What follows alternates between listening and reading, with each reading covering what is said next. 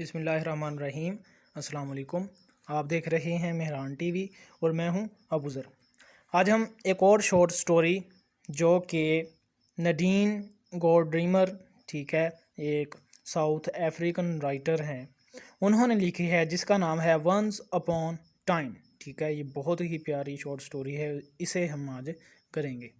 Story کا آغاز کچھ ایسے ہوتا ہے کہ مصنفہ بتاتی ہیں کہ مجھے کسی نے کہا کہ آپ چھوٹے بچوں کے لیے بھی کوئی سٹوری لکھیں، اور یہ جواب دیتی ہیں کہ میں بچوں کے لیے نہیں لکھتی۔ اسے دوبارہ کہا جاتا ہے کہ آپ ایٹ لیسٹ ایک ہی سٹوری لکھ دیں بچوں کے لیے، مگر آتھر نہیں مانتی، وہ کہتی ہیں میں اس کے علاوہ کچھ اور کرنا چاہتی ہوں ٹھیک ہے۔ اور ایک رات وہ سوئی ہوتی ہیں اور اچانک ان کی آنکھ جو ہے وہ کھل جاتی ہے، تو وہ کہتی ہیں voice in the echo chamber of the subconscious a sound. انہیں ایسے لگتا ہے جیسے کوئی شخص چل رہا ہو ٹھیک ہے، اور اس کے پاؤں کی آواز جو ہے وہ انہیں سنائی دیتی ہے، کبھی وہ ادھر جا رہا ہے کبھی وہ ادھر جا رہا ہے، اور وہ جو مصنفہ ہیں وہ ڈر جاتی ہیں ٹھیک ہے کہ شاید یہ کوئی قاتل ہو، شاید یہ کوئی چور ہو ٹھیک ہے۔ تو وہ بتاتی ہیں میرے پاس تو جو پسٹل ہے وہ بھی نہیں ہے، میں اپنا دفاع کیسے کروں گی، خود کو ڈیفینڈ کیسے کروں گی، میرے ادھر جو سیکیورٹی ہے وہ بھی اتنی اعلیٰ جو ہے وہ نہیں ہے ٹھیک ہے، میں خود کو کیسے بچاؤں گی۔ اور آہستہ آہستہ اس قدموں کی آواز ان کے دروازے کی طرف بڑھتی ہے۔ ان سب کے ساتھ انہیں خیال آتا ہے کہ کچھ ہی دنوں پہلے ایک آدمی تھا ان کے نیبرہڈ میں، اسے قتل کر دیا گیا چھری کے ساتھ۔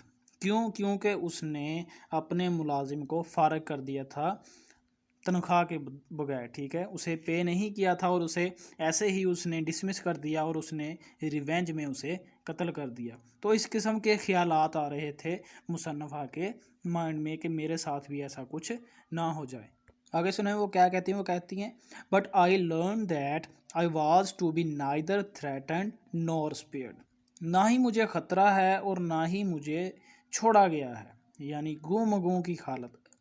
آگے سنیں وہ بڑی اہم بات کرتی ہے، وہ کہتی ہے the house that surrounds me while I sleep is built on undermined ground far beneath my bed the floor the house foundations, the slopes and passages of gold mines have hollowed the rock, and when some face trembles, detaches and falls 3,000 feet below, the whole house shifts slightly. یعنی وہ کہہ رہی ہیں کہ میرے گھر کے نیچے کبھی مائنز ہوتی تھیں گولڈ کی، کیونکہ یہ ساؤتھ افریقہ میں رہنے والی ہیں، اور دنیا کا سب سے زیادہ سونا اور ہیرے جو ہے وہ انگریزوں نے، یورپینز نے یہاں سے نکال کر اپنی منڈیوں میں لے گئے ٹھیک ہے۔ اور اسی طرح اسی ایکسپلائٹیشن سے آج ہم دیکھتے ہیں کہ وہاں کتنی دولت ہے ٹھیک ہے، وہاں کے لوگ کتنے خوشحال ہیں۔ وہ کیسے بنے؟ یہاں سے ٹھیک ہے، افریقہ سے، ایشین کنٹریز سے چیزیں لے جا کر۔ تو یہاں یہ کلونیلزم کا تھیم بھی بن سکتا ہے، اور بلیک پیپلز کے ساتھ جو ان کی ایکسپلائٹیشن ہوئی اور جو اب تک جاری ہیں، وہ بھی ہم اس تناظر میں بھی اسے انٹرپریٹ کر سکتے ہیں۔ تو وہ کہتی ہیں میں بڑی کشمکش کی حالت میں تھی، مجھے سکون نہیں مل رہا تھا، تو میں نے کچھ سوچا ایسا کہ میں خود کو سکون دلاؤں۔ So I begin to tell myself a story, a bedtime story. تو وہ کہنے لگیں کہ میں خود کو کمفرٹ فیل کرنے کے لیے، خود کو سکون دینے کے لیے میں خود ہی اپنے آپ کو ایک کہانی سنانے شروع کر دیتی ہوں۔ In a house, in a suburb, in a city, there were a man and his wife who loved each other very much and were living happily ever after. They had a little boy and they loved him very much. They had a cat and a dog that the little boy loved very much. They had a car and a caravan trailer for holidays and a swimming pool which was fenced so that the little boy and his playmates would not fall in and drown. تو یہ جی description ہے ٹھیک ہے ایک family رہ رہی ہے, بڑی خوشحال ہے. مگر ایک اسٹرینج تھنگ ہے, وہ سنیں. For when they began to live happily ever after, they were warned by that wise old witch, the husband's mother, ٹھیک ہے, not to take on anyone off the street. They were inscribed in a medical benefit society. یعنی وہ جب بھی خوش ہوتے ہیں تو انہیں ایک طرح کا ان کی جان کو لگا رہتا ہے کہ اب نہ کچھ ہو جائے, اب نہ کچھ ہو جائے, ہماری خوشیاں جو ہیں ان کو نظر نہ لگ جائے, ہمارے اوپر کوئی مصیبت نہ آن پڑے. تو ہر جگہ انہوں نے لکھایا ہوا ہے یو ہیو بین وارنڈ, ٹھیک ہے, آپ کو تنبیہ کی جاتی ہے, ٹھیک ہے. اور انہوں نے ہر چیز کی انشورنس کروائی ہوئی ہے, اپنے گھر کی, جانوروں کی, ہر چیز کی, پراپرٹی کی. اب سنیں. دیر ور reverts but these were outside the city where people of an other color were quartered. These people were not allowed into the suburb except as reliable housemaids and gardeners. یہ بہت ہی اہم جو لائنیں ہیں وہ ہیں, ٹھیک ہے. یہ ایپرتھائڈ جو موومنٹ تھی, یعنی گورے اور کالوں کو علیحدہ علیحدہ کرنے کی, اس کی بہت ہی پیاری مثال ہے. یعنی ساؤتھ افریقہ میں یہ سسٹم تھا کہ گورے جو ہیں وہ اپنے علاقوں میں رہیں گے, ٹھیک ہے, انہیں پریویلیجز دی جائیں گی, اور جو کالے ہیں وہ اپنے علاقوں میں رہیں گے, ٹھیک ہے. وہ ایک مخصوص مقدار سے زیادہ وہ اپنی جو زمین ہے وہ نہیں حاصل کر سکتے, اور وہ بغیر اجازت کے وہ گوروں کے علاقوں میں قدم بھی نہیں رکھ سکتے, یعنی they are forbidden to do that. یہاں تک تھا کہ ایک جگہ پر ایک ہی ہائٹ میں دونوں بیٹھ نہیں سکتے تھے, ٹھیک ہے. ایک ہی بس میں گورے اور کالے سفر نہیں کر سکتے تھے. اعلیٰ جتنی بھی چیزیں تھیں, جتنی بھی پریویلیجز تھیں, وہ صرف اور صرف گوروں کے لیے تھی. حالانکہ دیکھا جائے تو یہ کنٹری بیچارے کالوں کی تھی, ٹھیک ہے نا, بلیک پیپلز, ٹھیک ہے. مگر یہاں حکومت کون کر رہے ہیں؟ انگریز, ٹھیک ہے, وائٹس, جو کہ یہاں کے سارے ریسورسز وہ بھی لوٹ کر لے جا رہے ہیں, ٹھیک ہے. اور جو گورنمنٹ ہے وہ بھی ان کے اپنے ہاتھ میں ہے. کوئی بلیک بندہ جو ہے وہ تب حکومت میں نہیں آ سکتا تھا, ٹھیک ہے. تو یہ بہت ہی افسردہ اور دردناک صورتحال تھی, اور اس کو اس سٹوری کے ذریعے جو مصنفہ ہیں وہ بڑے اچھے طریقے سے بیان کر رہی ہیں. یعنی ایک طرف دکھایا گیا ہے کہ بڑی ایک چھوٹی سی فیملی ہے وائٹ پیپل کی, ٹھیک ہے, وہ جی بڑے آرام سے رہ رہے ہیں, بڑا پیارا اور بڑا ہاؤس ہے ان کا, ٹھیک ہے, ہر طرح کی انہیں سہولیات میسر ہیں, مگر انہیں خطرہ لگا رہتا ہے کہ یہ ہم سے چھین نہ جائے. دوسری طرف جب انہوں نے کہا ہے این ادر کلر, ٹھیک ہے, وہ دوسری طرف رہتے ہیں, وہ شہر میں نہیں ہیں, انہیں جدا کر کے رکھا گیا ہے, ٹھیک ہے, اور وہ صرف اور صرف ہاؤس میڈ اور گارڈنرز کے طور پر یہاں استعمال ہوتے ہیں. اور وہاں کہتا ہے لڑائیاں اور جھگڑے ہیں. ظاہری بات ہے جہاں تنگ دستی ہوگی, بھوک ہوگی, تنگ حالی ہوگی, وہاں لڑائی تو ہوگی. مگر ان لوگوں کو بڑا ڈر لگا رہتا ہے کہ یہ نہ ہو کہ کبھی ادھر سے لوگ آ جائیں اور ہمارے گھر پر حملہ کر کے ہمارا سب کچھ لوٹ لیں. مگر اس کا ہسبینڈ کہتا ہے there are police and soldiers and tear gas and guns to keep them away, یعنی فورس ہے ہمارے پاس جو انہیں ہمارے قریب آنے نہیں دے گی. آگے سنیں ہوتا گیا ہے. دوسری طرف buses were being burned, cars stoned, and school children shot by the police in those quarters out of sight and hearing of suburb. یہ جو تذکرہ ہے یہ بلیک پیپلز کے ایریاز کا ہے, ٹھیک ہے. وہاں کس قسم کے پرتشدد واقعات ہو رہے ہیں. یہ بڑے سکون میں جہاں ٹھیک ہے بیٹھے ہیں, کوئی آتا بھی نہیں ہے, تو ادھر جو ہے وہ لوگوں کے کیا حالات ہیں, ٹھیک ہے. یہ school children shoot by police, یہ جو ریفرنس ہے یہ ریئل ریفرنس ہے, ٹھیک ہے. یہ ایک واقعہ ہوا تھا جس میں بہت سارے جو اسکول کے بچے ہیں انہیں حکومت نے, ٹھیک ہے نا, شوٹ کا آرڈر دیا تھا, اور بہت زیادہ تعداد جو ہے بچوں کی وہ مر گئی تھی اس شوٹنگ کے نتیجے میں. تو وہ ہیویلی جو ہے وہ انویسٹ کرتے ہیں اپنے گھر کی سیکیورٹی کے لیے, ٹھیک ہے. جگہ جگہ الارم لگاتے ہیں, بہت زیادہ جو ہے وہ سیکیورٹی کو